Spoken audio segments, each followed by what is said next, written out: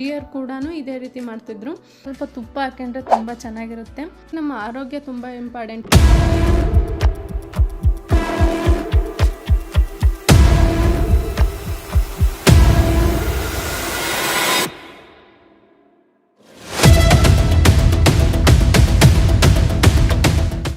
ಇವತ್ತಿನ ಬ್ಲಾಗ್ ಬಂದುಬಿಟ್ಟು ನಮ್ಮ ಹಳ್ಳಿ ಸ್ಟೈಲಲ್ಲಿ ಬೆಂಡೆಕಾಯಿ ಸಾಂಬಾರು ಹೇಗೆ ಮಾಡ್ತಾರೆ ಅಂತ ತೋರಿಸ್ತೀನಿ ಬನ್ನಿ.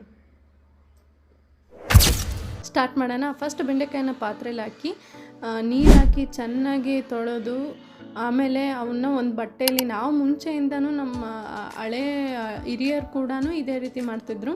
ಒಂದು ಬಟ್ಟೆಯಲ್ಲಿ ಹಾಕಿ ಇಟ್ಬಿಟ್ರೆ ಅದ್ರದ್ದು ಏನೋ ಒಂಥರ ಲೋಳೆ ಅಂಶ ಕಡಿಮೆ ಆಗುತ್ತೆ ಅಂತ. ಆಮೇಲೆ ನಾನು ಸಾಂಬಾರು ಮಾಡೋಕ್ಕೆ ಎಲ್ಲ ರೆಡಿ ಮಾಡ್ಕೊಂಡೆ. ಟೊಮೊಟೊ, ಈರುಳ್ಳಿ, ಶುಂಠಿ, ಕೊಬ್ಬರಿ, ಕೊತ್ತಂಬರಿ, ಹುಣಸೆಹಣ್ಣು ಎಲ್ಲ. ಆಮೇಲೆ ಅದನ್ನೆಲ್ಲ ಒಂದೊಂದೇ ಮಿಕ್ಸಿಗೆ ಹಾಕೋಕ್ಕೆ ರೆಡಿ ಮಾಡ್ಕೊತಾ ಇದ್ದೆ. ಹಾಗೆ ನೆನಪಾಯಿತು, ಬೆಂಡೆಕಾಯಿ ಸಾರು ನಮ್ಮಮ್ಮ ಮಾಡಿದಷ್ಟು ಟೇಸ್ಟ್ ನನಗೆ ಮಾಡೋಕ್ಕೆ ಬರೋಲ್ಲ. ಬಟ್ ಹಂಗೆ ಒಂದು ರೇಂಜ್ ಚೆನ್ನಾಗಿ ಮಾಡ್ತೀನಿ. ಅದು ಕೂಡ ಇಲ್ಲಿ ಬಂದಮೇಲೆ ಕಲ್ತಿದ್ದು.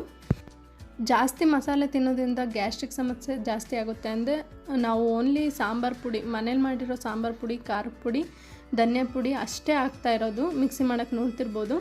ಅಷ್ಟು ಹಾಕಿದ್ರೂ ಚೆನ್ನಾಗಿರುತ್ತೆ. ಮೇನಾಗಿ ನಮ್ಮ ಆರೋಗ್ಯ ತುಂಬ ಇಂಪಾರ್ಟೆಂಟ್. ಸಿಹಿಯಾಗಿ ಹಳ್ಳಿ ಸ್ಟೈಲಲ್ಲಿ ಬೆಂಡೆಕಾಯಿ ಸಾಂಬಾರು ಹೇಗೆ ಮಾಡೋದು ಅಂತ ಹೇಳ್ಕೊಡ್ತೀನಿ.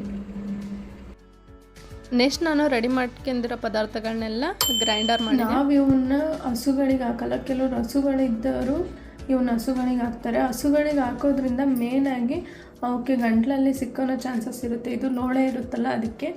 ಸೊ ಇನ್ಮೇಲೆ ಯಾರಾದರೂ ಹಸುಗಳಿದ್ದವರು ಹಸುಗಳಿಗೆ ಹಾಕೋದನ್ನ ಬಿಡಿ, ಅದನ್ನು ಡಸ್ಟ್ಬಿನ್ನಿಗೆ ಹಾಕಿ ತುಂಬ ಒಳ್ಳೆಯದು. ನೆಕ್ಸ್ಟ್ ಸ್ಟವ್ ಮೇಲೆ ಬಾಣಲಿ ಇಟ್ಬಿಟ್ಟು ಹೆಚ್ಚಿರೋ ಬೆಂಡೆಕಾಯಿನ ಅದರೊಳಗೆ ಹಾಕಿ ಚೆನ್ನಾಗಿ ಹುರಿಬೇಕು. ಅದು ಹುರಿದ್ರೇ ಟೇಸ್ಟ್ ಚೆನ್ನಾಗಾಗೋದು.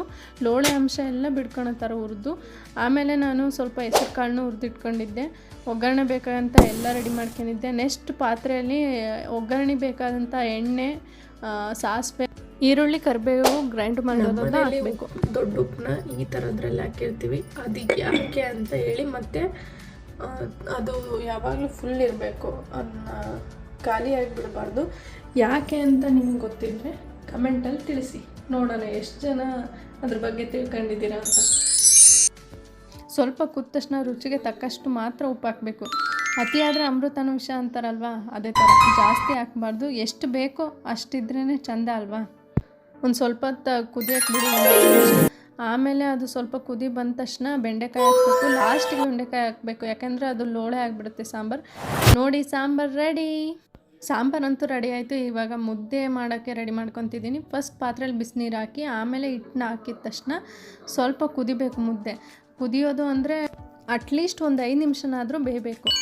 ಆಮೇಲೆ ಅದು ಮುದ್ದೆ ಬೆಂದ ತಕ್ಷಣ ಒಂದು ಮುದ್ದೆ ಕೋಲಿಂದ ಅದನ್ನ ಚೆನ್ನಾಗಿ ಚಿವುಟು ಅಂತಾರೆ ನಮ್ಮ ಕಡೆಯಲ್ಲಿ, ಚಿವುಟು ಹಾಕಿ ತೊಟ್ಟಬೇಕು. ತೊಟ್ಟಾದ ತಕ್ಷಣ ಮುದ್ದೆ ಕೂಡ ರೆಡಿ ಆಯಿತು ನಂದು.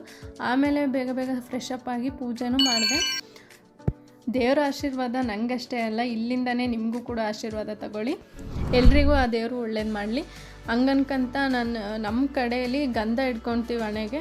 ಡೈಲಿ ನಾನು ಇಟ್ಕೊತೀನಿ. ಅದೇ ಥರ ಇವಾಗ ಕೂಡ ಇಟ್ಕೊಂಡು ದೇವ್ರ ಹತ್ರ ಬೇಡ್ಕೊಂಡೆ. ನೆಕ್ಸ್ಟ್ ನಾನು ಬೇಡ್ಕೊಳೋ ಅಷ್ಟೊತ್ತಿ ನಮ್ಮ ಯಜಮಾನ್ರು ಅವರೇ ಊಟಕ್ಕೆ ಇಟ್ಕೊತಾ ಇದ್ರು. ನೋಡ್ಬೋದು ನೀವೇ, ಅವರಿಗೆ ಏನೇನು ಬೇಕೋ ಅವರೇ ಎಲ್ಲ ಇಟ್ಕೊತಾ ಇದ್ರು. ಮುದ್ದೆ ಸಾರು ಅಷ್ಟೇ ಅಲ್ಲ, ಜೊತೆಗೆ ಒಂದು ಸ್ವಲ್ಪ ತುಪ್ಪ ಹಾಕೊಂಡ್ರೆ ತುಂಬ ಚೆನ್ನಾಗಿರುತ್ತೆ. ನಮ್ಮ ಯಜಮಾನ್ರು ಊಟ ಮಾಡ್ತಾಯಿದ್ರು. ಹಾಗೆ ಊಟ ಮಾಡ್ಕೊಂತ ಟೇಸ್ಟ್ ಹೇಗಿದೆ ಅಂತಲೂ ಹೇಳಿದರು. ಯಾರೇ ಆಗಲಿ, ನಾವು ಇಷ್ಟಪಡೋರು ನಾವು ಮಾಡಿರೋ ಅಡುಗೆ ಇಷ್ಟಪಟ್ಟರೆ ತುಂಬ ಖುಷಿಯಾಗುತ್ತೆ. ಕಂಪ್ಲೀಟೆಡ್ ಇವತ್ತಿನ ವ್ಲಾಗ್ ಮುಗಿಸ್ತಾ ಇದ್ದೀನಿ. ಬಾಯ್.